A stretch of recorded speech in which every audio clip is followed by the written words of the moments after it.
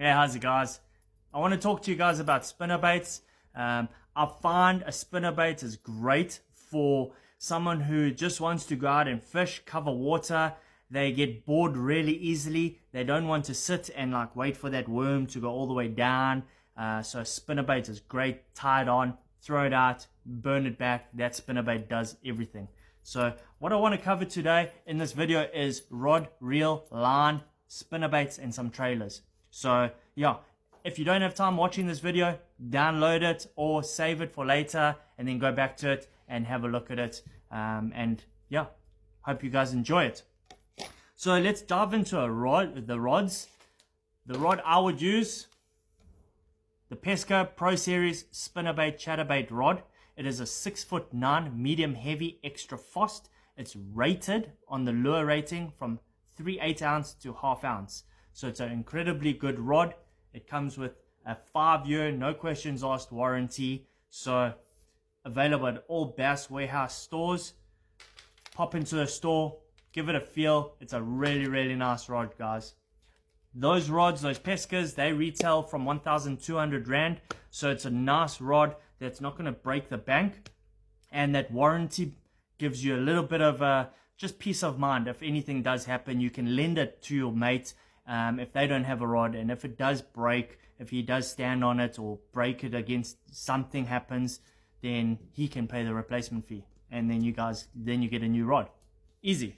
If you got a bit of money saved up and you want to spoil yourself, or you can afford a little bit more expensive rod, then we also stock the Verto.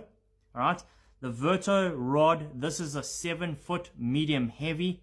It is rated from 3/16 ounce to 1 ounce. Okay, it's a 46-ton Japanese Toray with a 40-ton wrap, titanium Fuji guards. It's got Fuji components and Portuguese cork handles. So guys, the rating, the specs on this rod is on our website. Just click on Verto, find the 7-foot medium heavy, scroll through it, and it's got the whole write-up about this rod. It's an incredible rod. Personally, I haven't had the opportunity to fish this, but from what the customers have given me feedback on, it's a brilliant rod. Okay. A reel wise, bait casting reels, you can go with anything. All right, anything that you've got.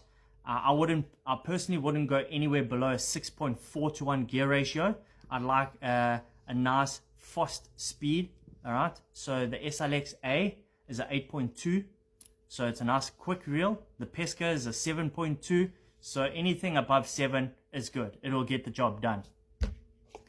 When it comes to line, people under poundage their line. I've seen guys with 12-pound line and a spinnerbait on it. Guys, you're going to snap off. You're going to lose your spinnerbaits. My personal opinion and my experience, I would go nowadays. I go with a 15-pound or a 17-pound. The favorite is a Brazix because it's high abrasion resistant. So I want to throw my spinnerbait into the grass, around those trees, through that shrub. And I want that line to hold up as best as I can, and I found that out with a Brazix. It holds up to a lot of damage, but you have to check your line. Okay, then let's get into our War Eagle spinnerbaits. At Bass Warehouse we stock the War Eagle spinnerbaits. I'm going to go through a couple configurations and blades, and then we'll get onto the trailer part of it. So on the War Eagle finesse spinnerbait, you get a Colorado blade and a turtleback blade. Okay, then you get your Colorado willow blade. Then you get your double willow blade. Then on the Screaming Eagle, it's a slightly smaller profile. If you can have a look here, this is also a double willow, but you can see the profile. This is the normal size, and that is the Screaming Eagle one. The blades are a little bit smaller. You can see how much smaller it is. Okay. Then you get your double Indiana. So there's your Indiana blade there. And then we've also got painted blades. Now, you can buy painted blades, or you can raid your mom or your sister's nail polish and you can paint a blade if you want. It does work in certain areas. You can paint it chartreuse or yellow, whatever she's got lying around, or you can paint it red or orange. It does help. It allows that fish to key in on that something different. Okay. The reason why blades on spinnerbaits are different colors and different shapes is the willow blade, like that, will create less vibration through the water but more flash. Okay, so when you're fishing a double willow spinnerbait, there will be a lot less restraint on your line. You'll feel it burning through the water pretty quickly. Okay, but it's causing a lot of flash with those blades. But if I had to go and I throw the finesse spinnerbait with the turtleback blade and the Colorado blade, it's going to vibrate, it's going to disperse a lot more water. It will give off the same amount of flash, but it's disturbing a lot more water. So you will feel the pullback from the spinnerbait. So you have to slow it down a little bit. Okay, so dirty water, I would go with a Colorado blade, something nice and chunky like the Indiana blade, like that. It causes a lot of vibration in the dirty water. Something chartreuse, you can even go dark skirt as well. But on a nice clean water dam, I would go double willow, and I'll just depend on which color I pick. It's just on the day. You can dive deep into this, guys. You can go into different color blades versus the skirts. It is endless, but I just want to give you the basics. All right, trailer hooks. Trailer hooks are nice, all right, for when you are throwing a spinnerbait without a trailer and those fish are short striking. Then you can chuck a trailer hook on, and you'll get that fish to commit, and you'll get that short strike bite and be able to pin it. But if you've got a trailer hook on, most spinnerbaits you won't be able to put a trailer on. So you have to think which one you want to do. All right. Then when it comes to trailers, it's basically, guys, it's up to your imagination. You can throw whatever you want on the back of a spinnerbait. As long as it looks good in the water, it's probably going to work. All right, but I've got a couple lined up here to give you some ideas. So firstly, we've got the Chatter Shad from Z-Man. All right, it's a nice profile. It's got a flat tail with ridges, so this tail will kick side to side.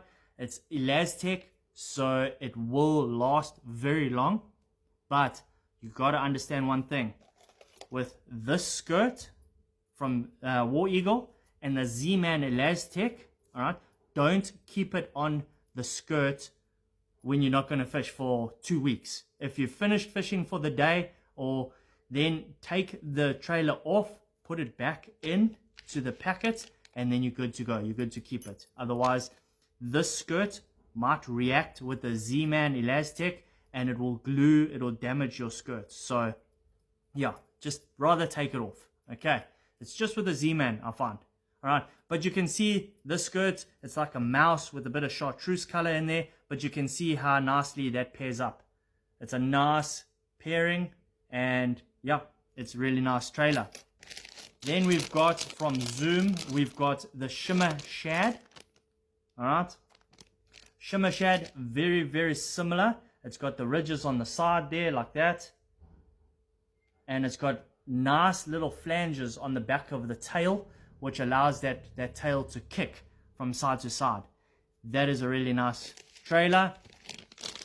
Then from Missile Baits, you've got the Spunk Shad. This doesn't have a tail section. It just comes down to a point. All right. A lot of people look at that and go, well, that's pretty useless. Believe me, that tail flickers in the water and it creates a commotion. The bass will key in on that and be able to grab that spinnerbait. So this is a really nice trailer, especially for, and all of these trailers can be used on chatterbaits as well. So yeah, not just for spinnerbaits. Then you've got paddle tails. This is the big spanky from Netbaits. You get the little spanky, but I'm just showing you a paddle tail. You can use whatever you've got. And yep, everyone knows a paddle tail style bait. It's got a little boot on the tail like that, and it just disperses the water. You can tweak it a little bit. Most people run with the boot facing downwards, but you can turn the paddle tail upside down so the boot runs upwards, and then it gives that tail a different action in the water. Then guys, why I say think outside the box with your trailers, this is the Ultra Vibe Speed Worm from Zoom. Okay, there you go. You cut that piece off, tie it onto your spinnerbait, and that trailer, that worm as a trailer will be magic. So don't just think, oh, I don't have a trailer so I can't throw a spinnerbait. You can put a dead ringer on the back of a spinnerbait, and it will cause some sort of distraction for the fish, and they'll be able to key in on it. You can put a fluke style bait on the back of a spinnerbait, and it will do the job. So guys, that is your rod, your reel, your line, your spinnerbaits, your trailer hooks, and some trailers. Hope you guys enjoyed that. Let me know what you guys throw, what type of spinnerbaits you throw. I found with the War Eagle, I like the War Eagle. It's got a really nice hook. The blades are good. The wire is super good. I haven't broken a wire yet. I say yet. But it's a really nice spinnerbait. So yeah, that's my choice of spinnerbaits. What's yours? Let us know. Cheers, guys.